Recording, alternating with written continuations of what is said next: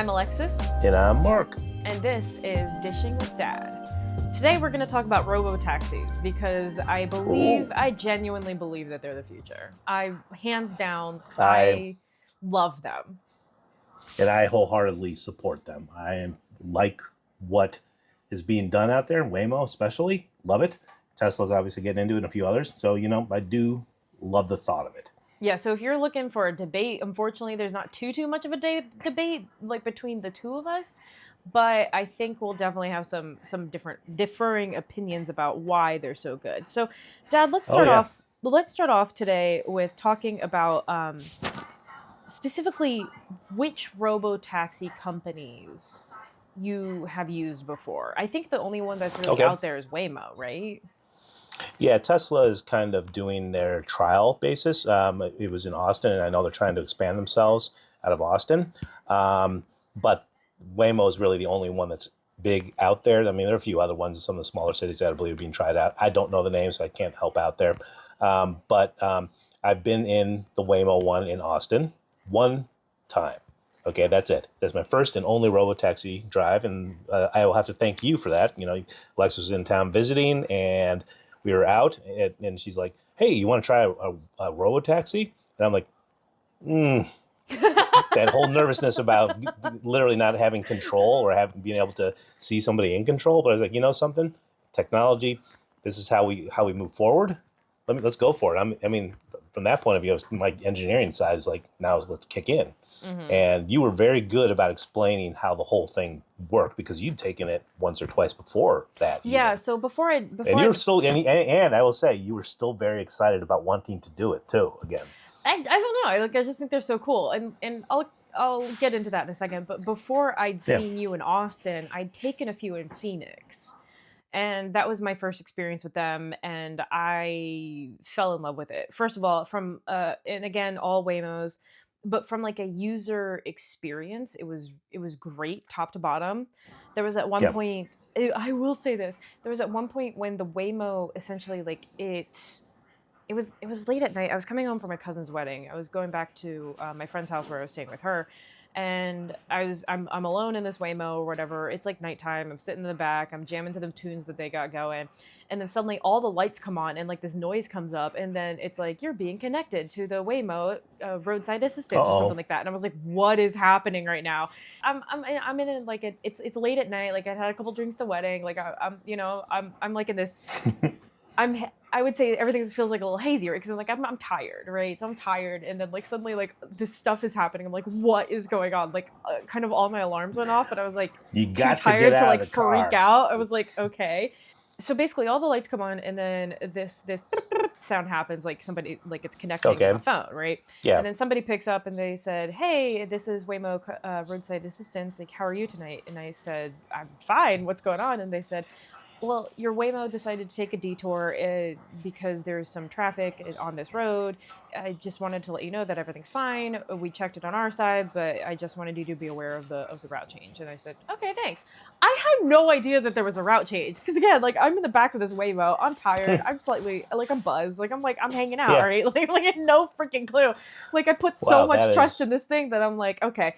But the fact that happened, right, and they immediately, like somebody on customer assistance was immediately on it, and they said, "Hey, this is what's happening. Are you okay with this?" was really impressive to me.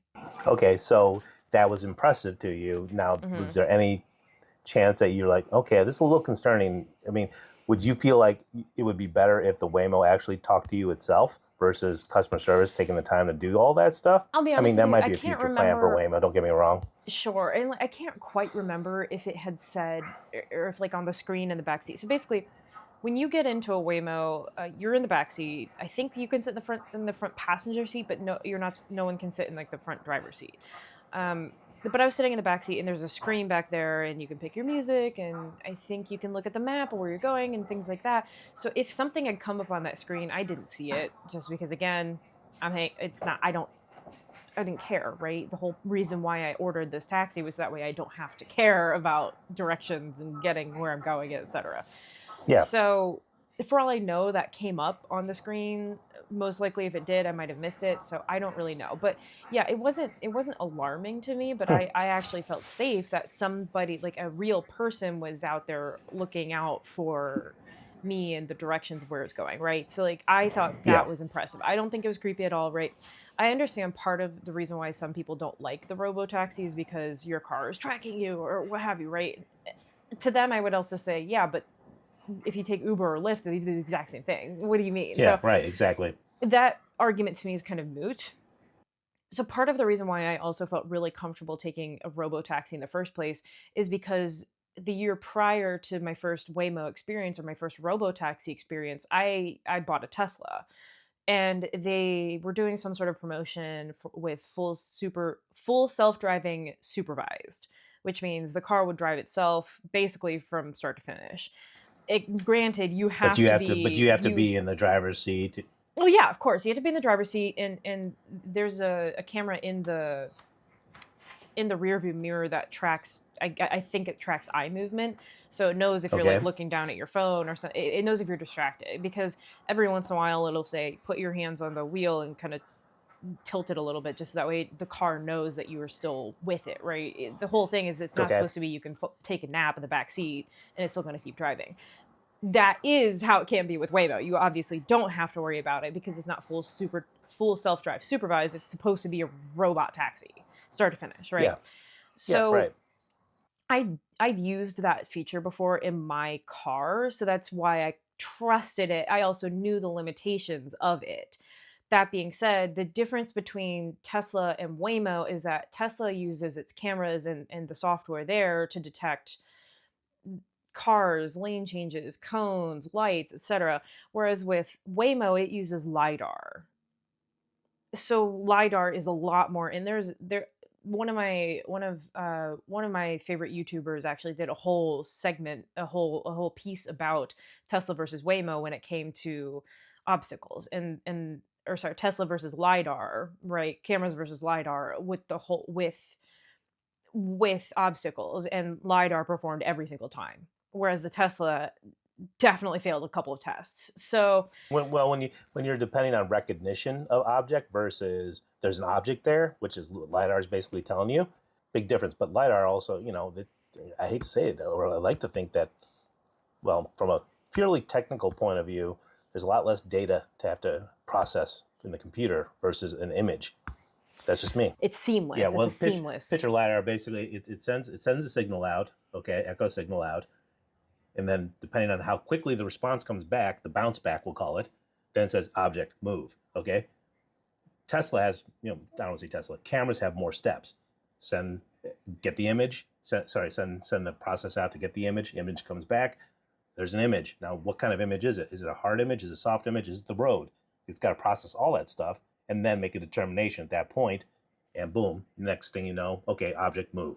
Okay, now that happens in split seconds, just like LiDAR, but it's, hundredths of a second could make a difference from a look point of view. Okay, and this is where Elon gets kind of lost in the looks point of view. He doesn't want to put too many other things on his cars, whereas anybody who sees a Waymo knows it's a Waymo. Okay, just because it looks like it's been fitted with a whole bunch of things that don't belong on a car. Okay, So when and at least in how we think about it, right? Like if we yeah, take out exactly. what we think a car is supposed to look like, then it opens up normalcy for things like lidar using Yep. cars. Yeah, and I'm So sure over how time they'll figure out how to integrate that sort of stuff into the car where it's not as much of an issue. for sure. So tell me, what was your first experience like in the Okay, robotaxi? so yeah, first off, did you have to order it through like the Waymo app? I think I ordered it through Uber I don't even X know. or Uber. Okay, I don't. it's I I don't even can't know if it's a Waymo remember. app. I can't Okay, remember. all right. Okay, so I wasn't paying attention to that. I just said, yeah, sure, book it up, and so we booked it up. Now, the first thing I do remember about the whole thing, I mean, and I will say overall, the experience was awesome. Okay, love the experience. Car pulled over on the opposite side of the road. We're supposed to in the direction we were going to start off with, and walked across. I'm going, okay, how do we know it's yours? Well, right at the top of the car, there's a little, almost like a banner that basically says your name, last name. Okay, which It is has great because then initials. or yeah, or the the model of the car or something like that, some ID of some sort that's specific, I guess, on your app, which is great because you pointed that out to me. So this is how we know. And don't get me wrong, when you're ordering Uber and things like that, it describes to you the car that's going to come up to you, as well as the license plate and the name of the person, so you can ask them, they ask you back, etc. So, but that's a lot easier from the Robotaxi point of view. It's like, okay, that's mine, got to get in. So anybody gets in, can't just take it. That's bottom line. So you get in, that little screen you're talking about is right there in that back seat, which is great because you just push a button, says, here I am, here, scan my little scanner thing. And there's no scanning. There's no scanning. So basically, like, in order to get into the car, I say I unlock the car for me, right? Okay. And then you get in, and then on the screen it says start ride or something like that. There's no scanning. Okay, so that's like yeah. Okay, thanks for the correction. So it's like an RFID almost. Hotel rooms, how that works nowadays. So anyway, so you pop in, and then really you hit start, and then like, hey, Dad, look, do you want to play some music? And it has literally a Spotify app on there. You can select music on and just go through and select music and get it playing. And the car waits for you to put your seatbelts on, and then it literally zooms off and it shows you the map of where it's going. You're playing your music, and you can control the temperature too, like the climate. Yes, stuff. Exactly. So it was paying attention to what's going on, and I'm watching what's going on around me. It's paying attention to the traffic because it was a decently heavy traffic time. And all we were going was like 3 or 4 blocks. Okay, don't get me wrong, but this is in downtown Austin, so there's going to be traffic. Stopped at stoplights. Now accelerations and turns maybe are a little more severe than what you would expect a normal human being to do. But if anybody's been in a taxi cab with a normal human being in any big city, yeah, it's like riding a wooden roller coaster. You're going to get jostled around. So if that was like, okay, you can get used to that really quick. So I did love it. Pulled up and said, here you go. You can get on out and you're done. Close the door and it waits for its next call out. So I thought that was a great experience, and I feel like that it can only get better. That's awesome. I'm happy to hear that you enjoyed your experience, because I do think it's great. I think it's part of the future for sure to use robo-taxis or automated taxis, just because specifically with the lidar technology, I do think it makes it safer, but also I think that I think it could clear up roads a little bit. I think it can do a whole bunch of stuff. I don't know. Like I think it's the future because it's a new development. I'm certainly not saying it should replace all taxi drivers. It should replace Lyft and Uber and other rideshare apps. I certainly am not saying that at all. I just think it's another offering. Yeah, I personally think, and this is now got a chance after riding in it and thinking about all the potential applications for it, a couple big things came to my mind. Like one, what? Safety. Okay, from a girl dad point of view. Okay, you're a girl, you're out late at night. I'm calling a Waymo because I don't have to worry about some creepy driver. Yes, that there was that is such a big thing. You had yourself a little bit of something. You're feeling pretty good, but then driver. I hate to say it, there are some nefarious drivers out there, men or women, that look out for that sort of stuff, either for robbing or for taking advantage of. So no, it's safety point of view. Second, and I read this article, I don't remember where it was, but I said, something that makes absolute sense. Social. And the only reason why I say social, there are older generation people, I'm getting in that range, where now, you're living in apartments and you're living in cities and the communities that they grew up in. But now that they're homebound because of either they can't move fast, they can't drive anymore, but they're missing enjoying their city.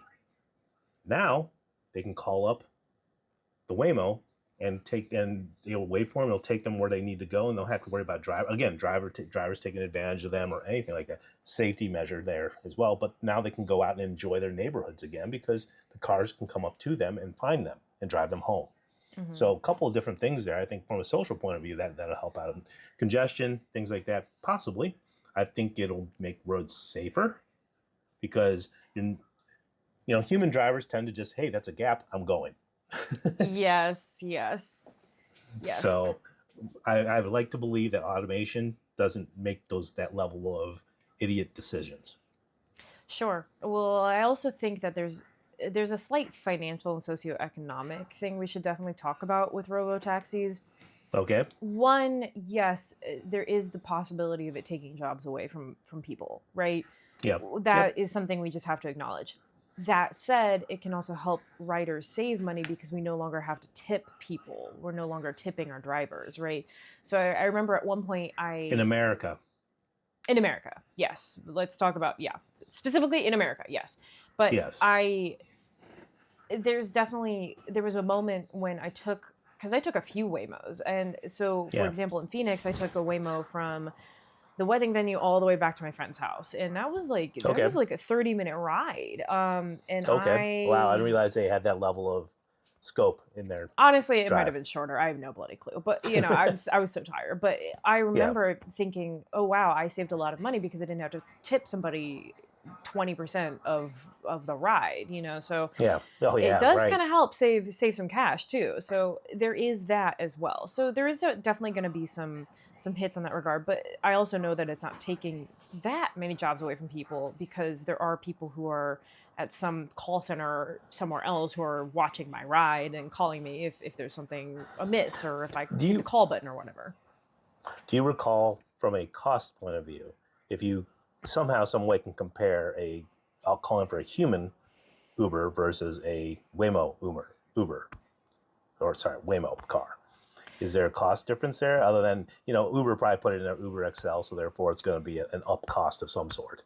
I do. Well, the biggest thing I remember was that I didn't have to tip, because I always tip. That's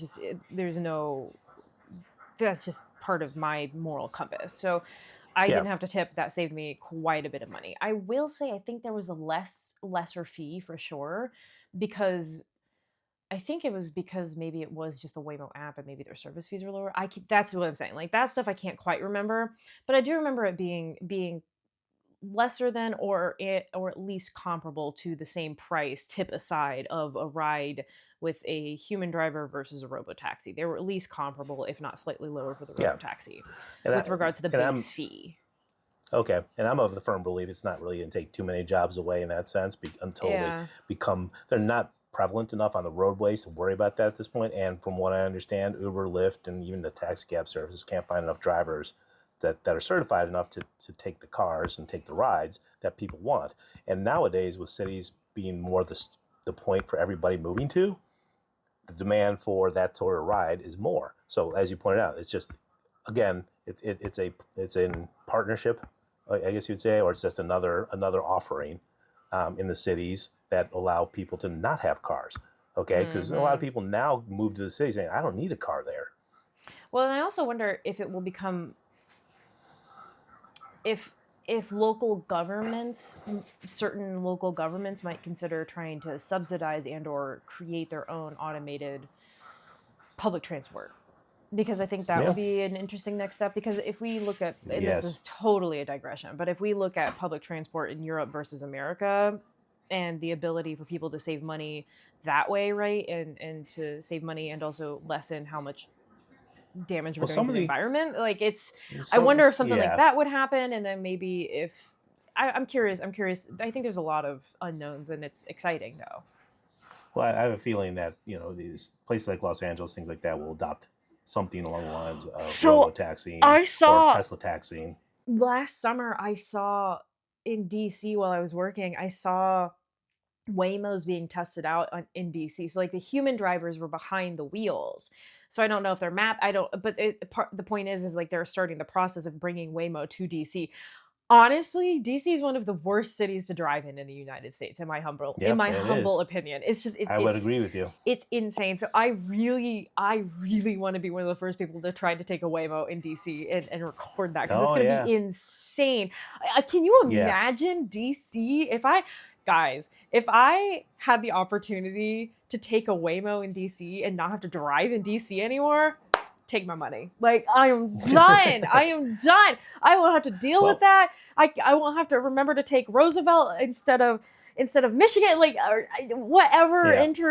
Like, I missed my 13th instead of Pennsylvania. Like, oh my, dude, take my money. Like, yeah, it's like, oh my gosh, it's easy for Waymo and those guys to adopt, like in Phoenix and Austin and even Chicago for that matter, because the setup, it's very grid related. But Washington D.C. is, I feel like putting a road over here today, and I'm just going to connect it up to this road, and then who cares? I can't describe it. I cannot For somebody who hasn't been to DC, how would you describe the roads in DC? Like how it's laid out? It is utter chaos, and somehow, some way, people figure it out. But it is utter chaos. I mean, I attribute to, in some cases, like driving in London, or it's London. There's so many different turns and roundabouts and traffic coming into A and B. It's just insane. Basically, the older cities are the ones that tend to have those type of non-grid layouts. Yeah, of course. And craziness that goes on, but people figure it out, and I'd wager that there's less accidents somehow, some way, because everybody just lives. Well, I think it's also that people try to actively take public transport when possible. When they don't have to drive, you take public transport. Yeah. So again, I think a Waymo or automated or Robotaxi is going to help out so much with that. Yeah, and I definitely, you're not going to get me against a Robotaxi or any automation like that. Okay, I just feel like the safety is worth losing the driver from the road.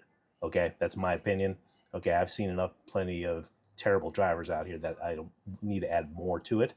Okay, and people say, oh, well, did you see the video where the Robotaxi ran past the school bus that had the stop sign out?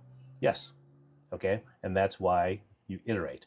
You correct the problem. You find a problem, you correct the problem. Instead, they're saying, oh, well, let's just pull them all off the road because obviously they're not safe. Yeah. Also, that other person that's not safe, that's put on their makeup, that's also on their phone. We've all seen those people, or the people who fail to turn on their signals when they're moving lanes, or the guys that drive like 800 miles an hour. Let's take them off the road too. I mean, genuinely, we should probably give them points on their license. But yeah, I agree. Exactly. So forget that. Forget even bother commenting on that, people, because that's not even. It's not even worth it. It's not even an argument now. Well, Dad, I think this was a great conversation about Robotaxis, and I'm eager to hear from everybody listening what their thoughts are, what their experiences have been. If you've taken a Robotaxi, let us know. If you loved it, hated it, why. We definitely want the tea, so be sure to share that with us. Absolutely. I do enjoy talking about new tech like that. Yes. So, well, thank you guys so much for joining. We will see you next time. And until then, be sure to like, subscribe, and follow, okay? All right. Absolutely. We'll talk to everybody later.